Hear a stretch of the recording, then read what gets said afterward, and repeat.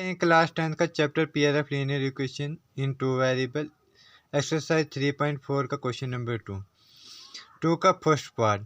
देखो क्या बोला, for which value of A and B does the following pair of linear equation have an infinite number of solution. बोला है कि किस वैल्यू ए और बी की किस वैल्यू पे जो है दो जोड़े हैं लीनियर इक्वेशन के जिसमें इनफाइनाइट नंबर ऑफ सॉल्यूशन होंगी। बोला है कि ए और बी के जो वैल्यू निकालनी है हमने उसको बताना है कि हमें इनफाइनाइट नंबर ऑफ सॉल्यूशन होगा कि नहीं होगा। ठीक है, देखो अब हमारे पास क्वेश्चन क्या दिया, 2x + 3y = 7 और -a - b x + a + by = 3a + b - 2 दिया। यह है क्वेश्चन हमारे पास। ठीक है, देखो अब ये कैसे होगा।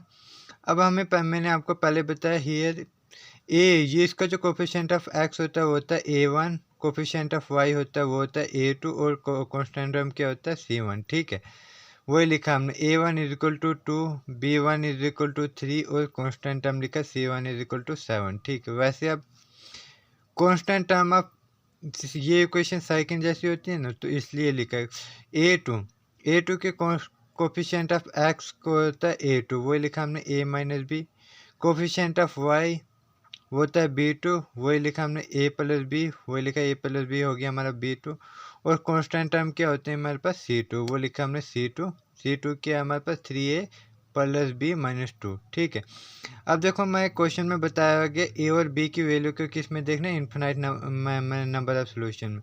वही लिखा हमने we have given infinite many solution. क्या बोला, इन्फिनाइट मनी सॉल्यूशन हमारे पास दिए हुए हैं। ठीक है, वही क्या अब इन्फिनाइट मनी सॉल्यूशन में क्या होता है, a1/a2, b1/b2, c1/c2 ये इक्वल होते हैं। मैंने आपको मेरी पुरानी वीडियो में देखो, मैंने आपको बताया हुआ है जब इन्फिनाइट मनी सॉल्यूशन होते हैं तब क्या होता है, a1/a2, b1/b2 और c1/c2 बराबर होगा। ठीक है, वही लिखा। अब हमारे पास a1 की वैल्यू क्या, a1 की हमने वैल्यू है 2, वो लिखी 2 हमने, b1 की वैल्यू a2 की वैल्यू क्या a - b, वही लिखी हमने, b1 की वैल्यू क्या 3, वही लिखी हमने यहाँ पे b1 की वैल्यू 3 और b2 की वैल्यू a + b, वही लिखी हमने a + b, c1 की वैल्यू हमारे पास 7 है, वही लिखी हमने 7, c1 की वैल्यू 7 और c2 की वैल्यू क्या है हमारे पास 3a + b - 2, 3a + b, c2 है 3a + b - 2। ठीक है, देखो फिर हमने क्या किया, अब क्या करना है,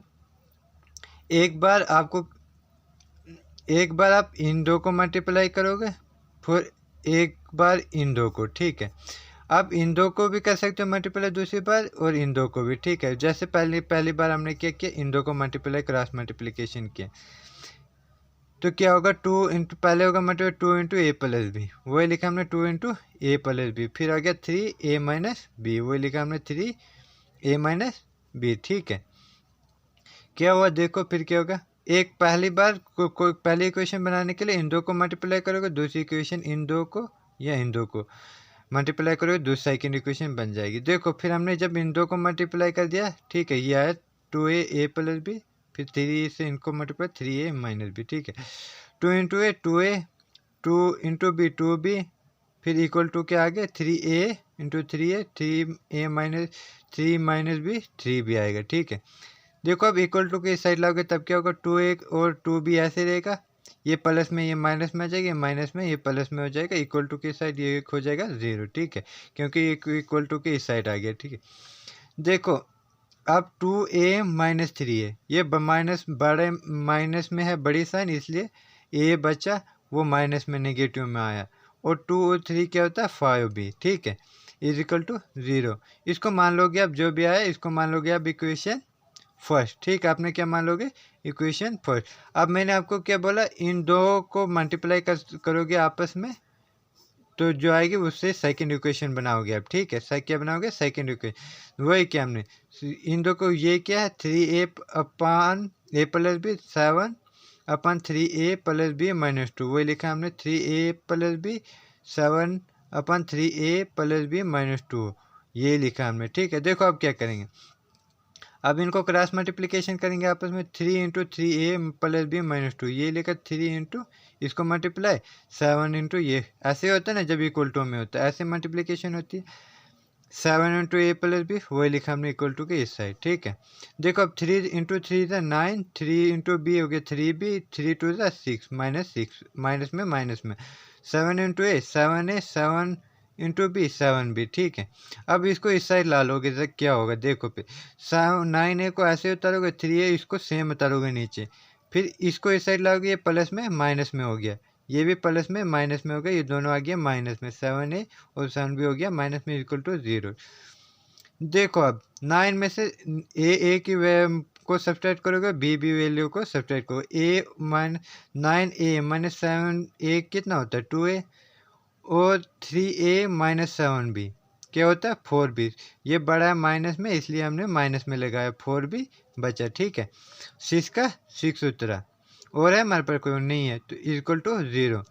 अब देखो सारों में हमें 2 इसमें भी नजर, 2 2 ज़ा 4 इसमें भी है, 2 3 ज़ा 6, 2 2, इसलिए हमने 2 निकाल दिया इसमें से कॉमन। जब 2 इसमें से आप कॉमन निकालोगे क्या बचेगा, 2 बचे, 2 ज़ा 1 ए बचेगा, 2 2 ज़ा 4 2 बचेगा, यहाँ पे 2 3 ज़ा 6 2 बचेगा, ठीक है, इज इक्वल टू 0। अब इसको इसके उस साइड नीचे ले लोगे, क्या बचेगा ए मल्टीप्लाई में, ये डिनोमिनेटर में चले जाता है, जब मल्टीप्लाई में होता है डिवाइड होता है उस side, a minus 2b minus 3 is equal to 0.2।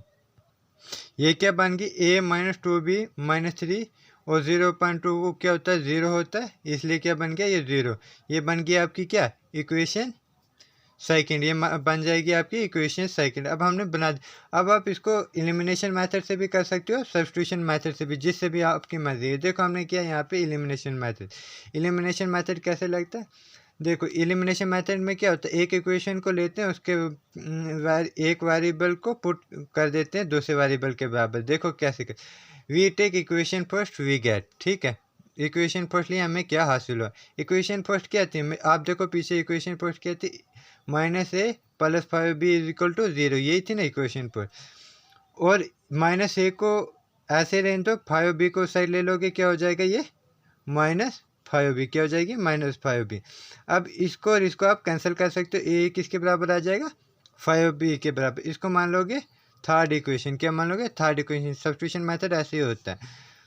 फिर क्या करते हो, ए इसको थर्ड, ये आ गया हमारे पास third equation, A equal to 5b, substitute करना, substitute equation third in equation second we get. अब देखो हमारे पास क्या हासिल होगा, तो इक्वेशन सेकंड क्या है हमारे पास, सेकंड इक्वेशन है हमारे पास ये a minus 2b minus 3 equal to 0, ये क्या हमारे पास सेकंड इक्वेशन, वही लिखी है हमने, a minus 2b minus 3 equal to 0।